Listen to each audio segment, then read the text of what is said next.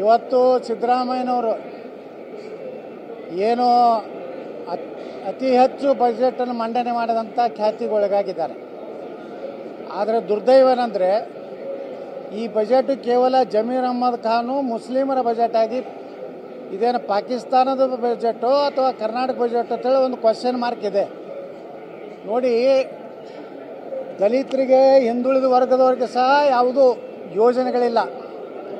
ಆದರೆ ಇವತ್ತು ಸುಮಾರು 25,000 ಹೆಣ್ಮಕ್ಳನ್ನು ಮುಸ್ಲಿಂ ಹೆಣ್ಮಕ್ಳನ್ನ ತರಬೇತಿ ಕೊಡುವಂಥದ್ದು, ಅಂದರೆ ಆತ್ಮರಕ್ಷಣೆಗಾಗಿ. ಅಂದರೆ ಕರ್ನಾಟಕದಲ್ಲಿ ಅವ್ರನ್ನ ಆತ್ಮರಕ್ಷಣೆ ಶಿಕ್ಷಣ ಕೊಟ್ಟು ಕೋಮು ಗಲಭೆ ಎಬ್ಬಿಸುವಂಥ ಒಂದು ವ್ಯವಸ್ಥೆಯನ್ನು ಸಿದ್ದರಾಮಯ್ಯನವರು ಮಾಡಿದ್ದಾರೆ. ಇಡೀ ಕರ್ನಾಟಕದಲ್ಲಿ ಅತಿ ಹೆಚ್ಚು ಪ್ರದೇಶ ನೀರಾವರಿ ಆಗುವಂಥ ಕೃಷ್ಣಾ ಕಣಿವೆಗೆ ಎಷ್ಟು ಹಣ ಇಟ್ಟಿನ್ನುವಂಥದ್ದು ಒಂದೂ ಸಹ ಅದರಲ್ಲಿ ಉಲ್ಲೇಖಿಲ್ಲ. ನೀರಾವರಿ ಯೋಜನೆಗಳ ಬಗ್ಗೆ ಎಲ್ಲಿಯೂ ಸಹ ಪ್ರಸ್ತಾಪ ಮಾಡಿಲ್ಲ. ಕೇವಲ ಗ್ಯಾರಂಟಿಗಳ ಸಲುವಾಗಿ ಈ ವರ್ಷ 2025-26 1,16,000 ಕೋಟಿ ರೂಪಾಯಿ ಸಾಲವನ್ನು ಎತ್ತುವಂಥದ್ದು ಅವರು ಬಜೆಟ್ನಲ್ಲಿ ಹೇಳ್ಕೊಂಡಿದ್ದಾರೆ. ಅಂದರೆ ಇದು ಪೂರ್ತಿ ಸಾಲ ಮಾಡಿ ಅಲ್ಪಸಂಖ್ಯಾತರ ಹೆಸರಿನಿಂದ ಇಡೀ ಬಜೆಟು ಓದಿಬಿಟ್ರೆ ಒಂದು 7-8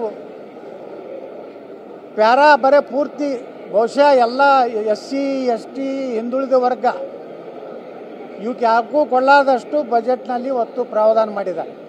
ಈ ರೀತಿ ಸಿದ್ದರಾಮಯ್ಯನವರು ಕೇವಲ ಒಂದು ಸಮುದಾಯವನ್ನು ತುಷ್ಟೀಕರಣ ಮಾಡುವಂಥದ್ದು ಮತ್ತು ಇಷ್ಟು ಸಾಲ ಮಾಡಿ ಸುಮಾರು 55,000 ಕೋಟಿ ರೂಪಾಯಿ ನಾವು ಗ್ಯಾರಂಟಿ ಯೋಜನೆ ಕೊಟ್ಟಿವಿ ಅಂತಾರೆ.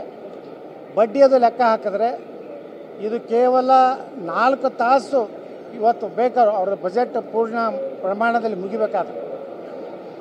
ಕೇಂದ್ರ ಬಜೆಟ್ ಇಡೀ ದೇಶದ ಬಜೆಟನ್ನು ನಮ್ಮ ಅರ್ಥಮಂತ್ರಿಗಳು ಕೇವಲ 1 ಗಂಟೆಯಲ್ಲಿ ಇಡೀ ದೇಶದ ಬಜೆಟನ್ನು ಮಂಡನೆ ಮಾಡಿದ್ದಾರೆ.